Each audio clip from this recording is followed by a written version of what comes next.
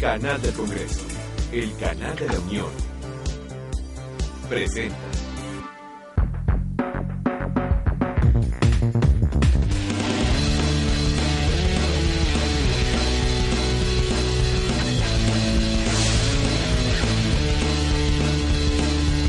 ¿Qué tal? Bienvenidos al canal del Congreso y bienvenidos también a esta visión universitaria, un espacio de análisis, de discusión, de conversación entre legisladores y jóvenes universitarios. Acompáñenme.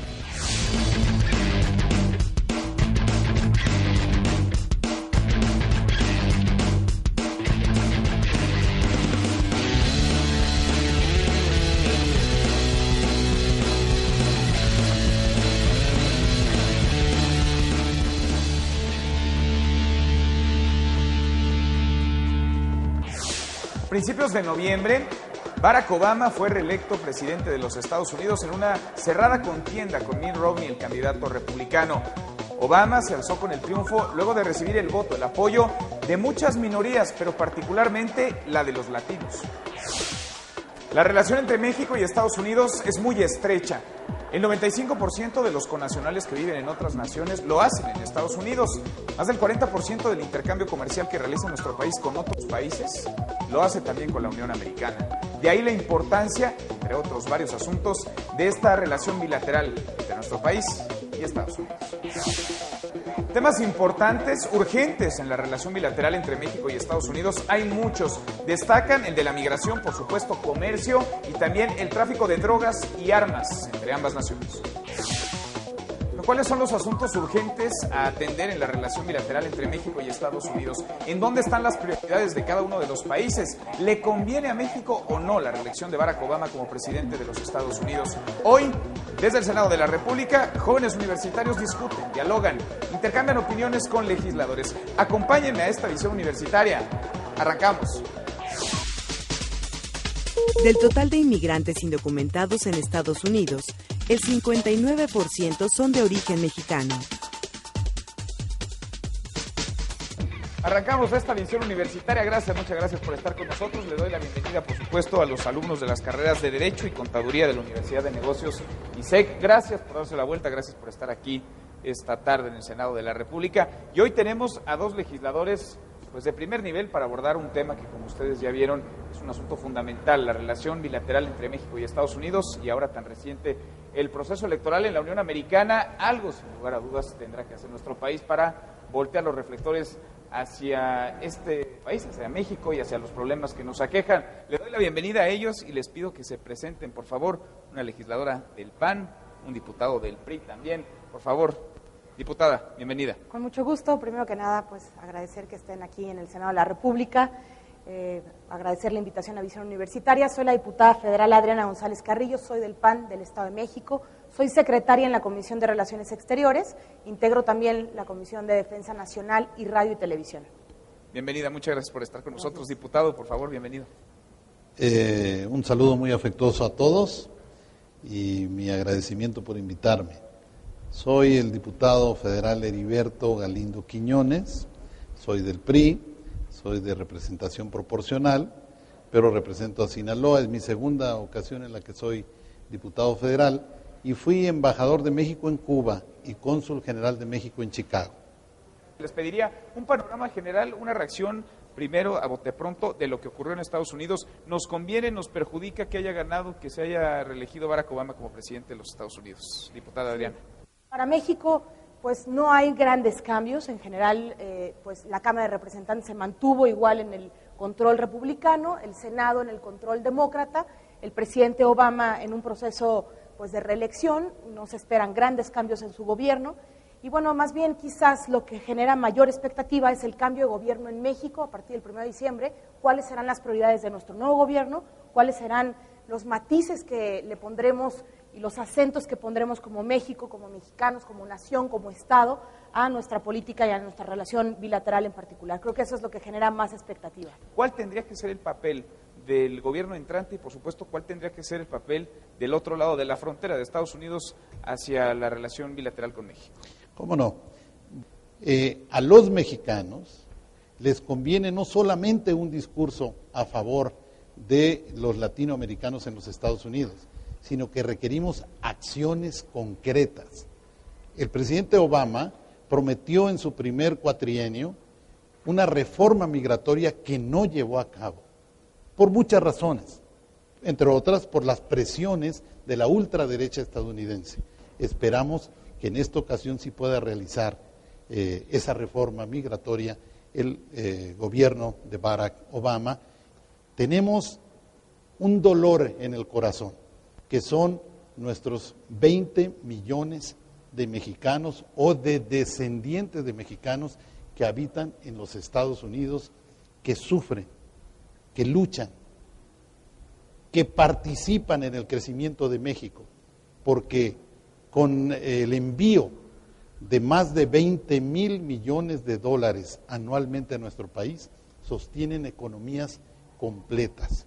Entonces, México tiene que definir una política de defensa de los migrantes frente a los Estados Unidos, de defensa y de orientación a las familias de los migrantes para que puedan sobrevivir en un país donde pagan impuestos y donde no reciben beneficios. Entre otras cosas, tenemos la política de seguridad, tenemos la lucha que debe continuar el Estado mexicano para poner un coto al trasiego de armas, lo mismo que la lucha por la economía, por defender las exportaciones de los productos mexicanos y de suyo la actitud diplomática de dignidad y de defensa de la soberanía nacional. Vamos con sus preguntas, por favor. Osvaldo Castañeda Martínez. Osvaldo, ¿dónde andas? Gracias, bienvenido. ¿Cuáles son las garantías constitucionales que otorga el país y que otorgaría el Estados Unidos con el nuevo gobierno, la nueva entrada del poder, con la misma persona que finalmente seguirá gobernando, en este caso Barack Obama? Gracias, Osvaldo. ¿Por dónde iría? ¿Por dónde tendría que ir una reforma migratoria? Reconocer los derechos de los migrantes, no solamente de México, también de Centroamérica y de Sudamérica. Reconocer derechos porque reconoce obligaciones.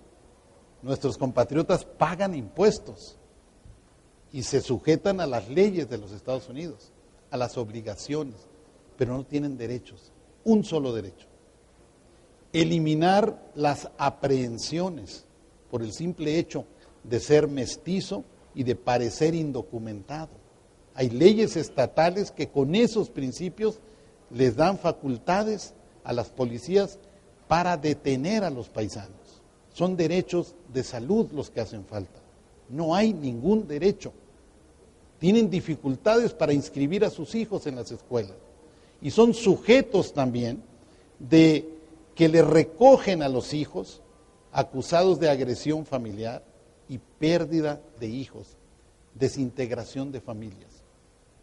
Estos son elementos torales que las leyes americanas tienen que registrar en una reforma, ya no digamos de derechos políticos.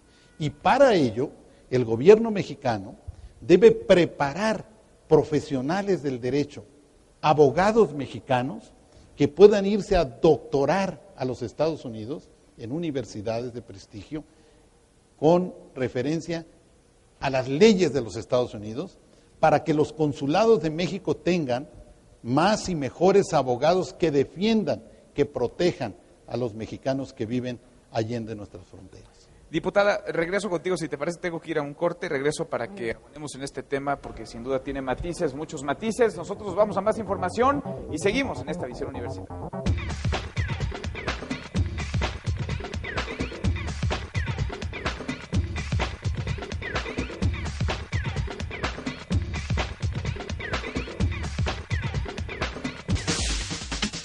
En el tercer trimestre de 2012, el flujo de remesas de Estados Unidos a México sumaron 5.411 millones de dólares. Hasta septiembre de 2012, se registraron 288.498 repatriaciones de mexicanos indocumentados en Estados Unidos. Seguimos, gracias, muchas gracias por continuar con nosotros. Bueno, nos habíamos quedado a la mitad de la pregunta anterior. ¿Qué aspectos, qué tendría que tener esta reforma migratoria a la que sin duda aspiramos, sobre todo de este lado de la frontera, más que allá en la Unión Americana, diputada? Porque muchos de nuestros compatriotas y centroamericanos o latinoamericanos en general quieren ir a hacerse de un recurso adicional para emprender de vuelta en sus hogares, en sus tierras, algún negocio. Y por supuesto el retorno es fundamental. Queremos que sea una migración que realmente esté reglamentada a nivel federal para evitar lo que hoy está ocurriendo en las legislaturas locales, que es de alguna manera, pues hay legislación que está siendo xenófoba, antimexicana, antiinmigrante y que está lastimando los derechos, pero esto está ocurriendo porque particularmente a nivel federal no se está autorizando a hacer esta reforma migratoria que sin duda está en las manos de los legisladores. Por eso es tan importante voltear a ver qué ocurrió en el Congreso. Y que vale la pena recordar que quienes mayoritariamente votaron, los latinos inclinaron su votación en favor de los demócratas, en favor de Barack Obama. ¿Querías agregar algo? Sí, un punto muy importante es el que señalas. La mayoría de los latinos votó en favor de los demócratas, pero tiene que saber nuestro público y los jóvenes estudiantes que son los mexicanos que ya son ciudadanos y tienen derechos políticos a salvo. Parte de la reforma migratoria que habrá de emprender el gobierno del presidente Barack Obama y que esperamos que el Congreso de los Estados Unidos y el Senado lo respalden, es un plan que permita la ciudadanización de mexicanos, que al final del día no pierden la nacionalidad mexicana porque, como ustedes saben, se puede tener doble nacionalidad. Estefanía Salinas de la Torre. Estefanía, bienvenida, gracias. En cuanto a la legalización de la marihuana, aparte de su uso medicinal, ¿qué medidas se van a tomar en México junto al respecto de toda la exportación de marihuana? Porque nosotros somos los primeros productores de las drogas, ¿no? Yo creo que este es uno de los temas más importantes, quizás creo que será uno de los temas que nos obliga a todas las naciones del hemisferio a tener un debate al respecto del tema. Por supuesto va a cambiar y va a modificar el comportamiento del crimen organizado, por supuesto quienes estarán proveyendo de droga a la Unión Americana serán principalmente esos estados, no así más en Sudamérica o en Centroamérica o el Caribe, y creo que esto nos va a obligar a todos a tomar una decisión, una posición nacional que tendrá que ser consensuada para realmente poder hacer una estrategia eficaz. Me parece que tendría que ser necesariamente buscar medidas de prevención, evitar que el incremento en el uso y abuso de la droga siga subiendo, como reporta la encuesta nacional de adicciones, sigue creciendo, sobre todo en la población más joven, y por supuesto nos obligará a tener un debate de fondo sobre cuál será la política de prevención, sobre todo, que tenemos que tener. No son pocas las voces, sobre todo de expresidentes en Latinoamérica, que se pronuncian por la legalización de la droga o de ciertas drogas. ¿Qué hacer en este sentido? En el caso mexicano, respetando el mejor esfuerzo del gobierno del presidente Felipe Calderón, es evidente que no obstante las buenas intenciones del presidente y de su gobierno en la materia, las estrategias nos llevaron a tener decenas de miles de muertos. Se habla de 50,000, de 60,000, de 80,000, no importa el número, es doloroso, una muerte es dolorosa. En mi modesta opinión, debe revisarse la estrategia para continuar con lo que se considere pertinente y útil socialmente hablando y para rectificar algunas medidas que no han dado los mejores resultados. Todo por el bien de México, como estoy seguro que este gobierno lo intentó así, el próximo gobierno deberá buscar también el beneficio colectivo de la sociedad. Es el tráfico de drogas un problema, pero también el de armas, otro asunto a tratar. Julián Herrera González. Julián, bienvenido, gracias. Mi pregunta es con respecto a las armas. Después del fracaso del plan rápido y furioso del gobierno federal, ¿qué otras estrategias podría tomar el nuevo gobierno con respecto a las armas? El plan rápido y furioso es del gobierno de los Estados Unidos. Y además y es una vergüenza, que el gobierno todavía lo haya defendido. En las audiencias en el Senado, pues ha dejado mucho que desear la exposición del procurador de los Estados Unidos.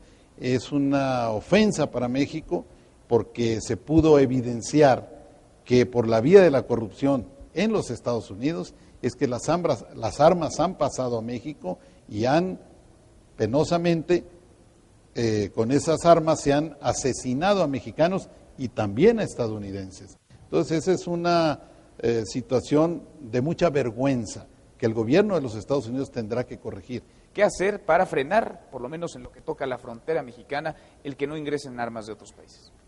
Ni Estados Unidos, ni México, ni ningún otro país del orbe hoy en día, en el siglo XXI, puede solo contra estas amenazas que no tienen pasaporte, que no tienen pues una nacionalidad y que están dispersos en distintas formas y maneras en pues todos los avances, incluso tecnológicos de las comunicaciones y demás. Creo que ese es el gran reto que tenemos. Yo estoy a favor de la cooperación, pero con pleno respeto a nuestra independencia, a nuestras autoridades. No pueden ser de alguna manera operativos como Rápido y Furioso, de ninguna manera unilaterales, tienen que ser de manera conjunta. Y bueno, en este caso y otros más, pues son operativos que fallaron. Este es un hecho que hay que reconocerse y se exige y se pide la sanción. Yo en tribuna he dicho que si es necesario apoyar a las autoridades mexicanas, incluso para pedir la extradición de los que han sido responsables de estos errores, de estos operativos, se pida y se exija. Pero por otro lado también hay que decir que Estados Unidos, lo que México le exige a Estados Unidos es evitar el que haya esta exportación ilegal de armas. Ellos están violando constantemente sus leyes y lo que nosotros les pedimos a ellos, a sus autoridades, es que respeten la ley, que eviten el que haya este trasiego de armas. Y bueno, hemos pedido que no se escuden en la segunda enmienda, que es la que le permite a los ciudadanos americanos comprar armas para protegerse. Lo que nosotros les exigimos y les pedimos es que no las vendan tan sencillo como lo hacen en toda la frontera norte de México, sur de Estados Unidos, que con una licencia compran las armas en las ferias como los tianguis de autos aquí en la Ciudad de México. Así se venden las armas en la frontera y por supuesto exigimos que haya controles para evitar que esas armas lleguen en manos de los criminales, por los que están muriendo civiles inocentes y policías y soldados que están al servicio de México. Gracias, diputada. Diputado, tengo que ir a un corte, regreso contigo, si te parece. Vamos a otra visión y seguimos en esta visión universitaria.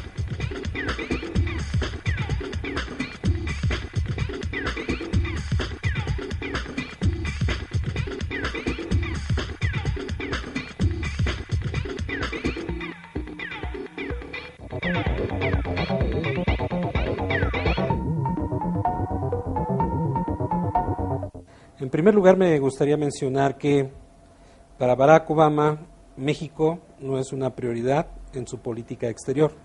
Esto es importante remarcarlo porque para Estados Unidos hay otros temas que son prioritarios en política exterior, o otros países, ¿no? Por ejemplo, lo que esté sucediendo en Medio Oriente es una prioridad para la política exterior de Estados Unidos, lo que está sucediendo en Europa, la crisis en Grecia y los efectos que está teniendo. Ya por un quinto o sexto lugar aparece América Latina y ni siquiera México es el número uno de la prioridad en América Latina, porque hay otros países como Brasil, Colombia, en donde bueno también Estados Unidos tiene una presencia importante, tiene un vínculo muy estrecho. Entonces México aparece en un lugar secundario en la agenda de política exterior de Barack Obama. Al contrario de México, para México la relación con Estados Unidos es la más importante en su política exterior. Yo creo que con la llegada de Enrique Peña Nieto no vamos a regresar a la etapa conflictiva de la relación bilateral entre México y Estados Unidos. Se van a mantener los niveles de cooperación, especialmente en el tema del narcotráfico, ¿sí? La iniciativa Mérida ha sido un instrumento para ambos gobiernos, en temas que son comunes, por ejemplo, el caso de la lucha contra el narcotráfico. A Estados Unidos le interesa mucho el tema. Para México ha sido una prioridad, al menos en los últimos 6 años. Entonces yo sí creo que va a haber cooperación todavía en ese sentido, pero en el discurso, yo creo que Peña Nieto va a mantener una distancia sana frente a Estados Unidos, ¿no? Eso le servía mucho al PRI para, como ya mencioné, para efectos de legitimidad interna, pero también para mostrar cierto grado de autonomía frente a Estados Unidos. Eso genera consensos internos. Exigir el respeto a los derechos humanos de los trabajadores mexicanos en Estados Unidos, cuando haya una ley, por ejemplo la de Arizona, cuando haya discriminación o por ejemplo asesinatos, de migrantes mexicanos, yo creo que el discurso va a ser fuerte, pero en el nivel discursivo. Pero en la práctica, México y Estados Unidos tienen que cooperar, son dos países vecinos. Para Estados Unidos y su sociedad, el tema de migración es un asunto de política interna, y así lo ven ellos, así lo atienden, ¿no? O sea, ellos no van a consultar con México si van a firmar un acuerdo o si van a reformar las leyes migratorias, no lo van a hacer, porque para ellos es parte de su política interna. Entre 2006 y 2011, Estados Unidos recibió $8.400 millones en inversión directa de México. Seguimos, gracias, muchas gracias por continuar con nosotros en esta edición universitaria. Diputado, ¿querías comentar algo? Estábamos platicando el tema de las armas y el tráfico de las mismas. Al escuchar a la diputada vino a mi memoria algo. Otra vez, discurso y actitudes hipócritas. El discurso espléndido, lo que hacen en los Estados Unidos, pero la acción demoledora, tráfico ilimitado de armas. La gente, cualquiera de ustedes puede presentar su identificación, su domicilio, una demostración de buen comportamiento y comprar un cuerno de chivo, un AK-47, una granada, un lanzagranadas. Es un discurso teóricamente impecable, pero una acción en los hechos altamente negativa. Bueno, pues México tiene operadores en el Congreso de los Estados Unidos, enlaces como funcionarios de la Embajada Mexicana, bueno, que sufren la discusión y el debate de estos temas, porque esos servidores públicos, miembros del Servicio Exterior Mexicano de carrera, defienden los intereses de México, pero hay oídos sordos. Es una situación harto delicada y México tiene que seguir pugnando para que esto tenga un freno. Sin duda. Vamos con una pregunta más, si les parece, Giovanna Calderón Martínez. ¿Cómo consideran que sea la relación de ambos países ahora que se viene la transición de gobierno el 1 de diciembre en México y el cambio de partido y la relación que pueda tener con la continuidad del gobierno de Barack Obama en Estados Unidos? A ver, del lado norteamericano, pues sigue el mismo presidente que estaba, pero acá hay cambio de gobierno. ¿Cómo tendría que entrar? ¿Cuál sería la disposición y cuáles serían las prioridades del nuevo gobierno mexicano? Yo creo que aunque el presidente Barack Obama haya sido reelecto, puede tener ajustes la política exterior de los Estados Unidos, no solo hacia México, sino hacia distintas regiones del mundo. Se vale, pues, que un gobierno, aunque sea reelecto, reexamine su conducta. Aquí lo importante es que México sea una de las prioridades de los Estados Unidos, sobre todo en términos de sana convivencia social, económica y política y de respeto a nuestra dignidad, a nuestra soberanía y a los intereses de la sociedad mexicana, como por ejemplo en el caso del tráfico de armas o de drogas y del flujo de migrantes y del flujo de recursos económicos para la generación de empleos. Eso por parte de los Estados Unidos. Yo considero que México debe también revisar la conducción de la política exterior mexicana en general y en particular de la política hacia los Estados Unidos. Eso llevado a un esquema de modernidad, de actualización y de una vida diplomática, una vida diplomática más activa, más concurrente, de más promoción de México. Que México vuelva a ocupar el lugar, el sitial que le corresponde en el concierto de las naciones y frente a los Estados Unidos, desde luego. Los problemas, parece, pues son compartidos muchos de ellos. ¿Cómo ponernos en el reflector? ¿Cómo de pronto no pasar desapercibidos, no ser los invisibles para los estadounidenses, diputado? En el caso de la política exterior, tiene que reflejar, y sobre todo ahora en democracia, la pluralidad, pero sobre todo en la pluralidad, construir una agenda que refleje el interés nacional. Si una política exterior no refleja el interés nacional, es otra cosa, pero no es política exterior. Estados Unidos tiene intereses. Como nación, también tiene un diseño, una formulación de una política exterior. Y esa en general es difícil que cambie. Pero seguramente los intereses como el migratorio, como el de seguridad, el trasiego de armas, el problema de las drogas, son temas que estarán vigentes, solo que cada presidente le pone un acento, le da una prioridad a algún tema. Yo lo que he escuchado en la prensa es que el presidente electo, Enrique Peña Nieto, pondrá el tema comercial en la mesa como un ingrediente central de la relación bilateral, de tal suerte que yo diría que los intereses se van a mantener. Son dos relaciones o dos países en una relación tan compleja. Aquí el tema que tenemos que estar revisando es qué tanto el presidente Barack Obama puede o no, en este último tramo de su administración, en este segundo mandato, qué tanto capital político le va a poner, por ejemplo, a la reforma migratoria, qué tanto capital político le va a poner para poner un freno al trasiego de armas y al poder realmente tener una relación con México. Ahora, qué tan visible o no, me parece que el reto de México es estar, no solamente como hoy estamos en lo que es la política interior que tiene que ver con los temas de seguridad. Hoy yo lo que he observado sobre todo es un cambio en el que la relación bilateral se lleva más desde gobernación con Homeland Security y no tanto la Cancillería del Departamento de Estado. Yo creo que el reto nuestro es estar en los dos temas, estar realmente trabajando en proyectos de política exterior en la región, pero también de manera conjunta en los temas del día a día que pasan, por supuesto, con el tema migratorio o el tema de la seguridad. Vamos por una última pregunta, el tiempo nos come. Una última pregunta, por favor, Jorge Pola Barajas. Jorge. ¿Qué tan beneficiados podrían verse la fracción de latinos que viven en Estados Unidos ya con su identificación respecto a que aportaron tanto para ganar las elecciones con el presidente Obama? Es decir, los latinos fueron decisivos en el triunfo de Barack Obama. Les pediría, porque el tiempo nos come en verdad, un minuto a cada uno, por favor, para responderle a Jorge. Por favor, diputado. A diferencia del 2008, donde los latinos fueron todavía mucho más importantes que este proceso electoral, quizás se debe sobre todo a las expectativas no cumplidas del primer proceso. Fue importante, como fue el voto importante de los jóvenes, el voto importante de las mujeres y en general de la comunidad afroamericana. Creo que ahora no está tan marcado y será uno de los retos de la comunidad latina, y creo que es un reto constante, el que realmente puedan tener y ejercer su nacionalidad o su ciudadanía para poder pesar en las elecciones y sobre todo para poder poner en el Congreso una agenda que favorezca a su comunidad.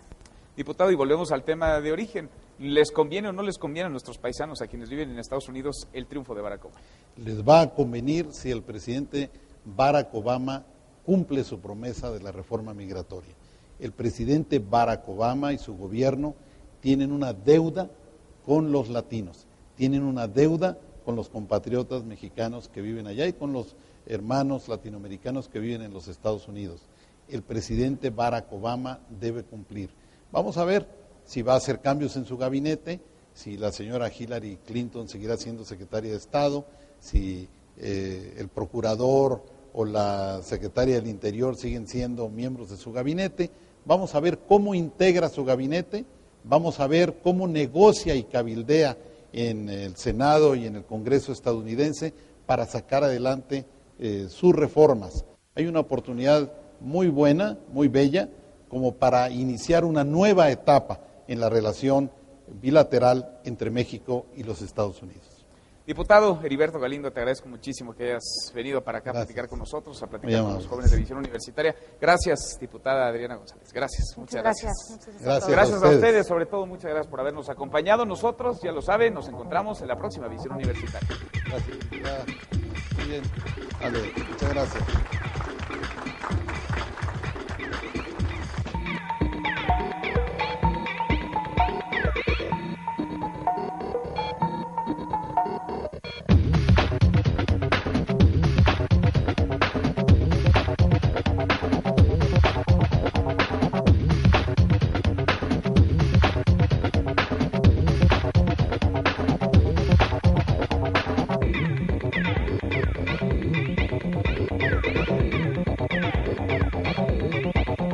Canal del Congreso, el canal de la Unión, presentó.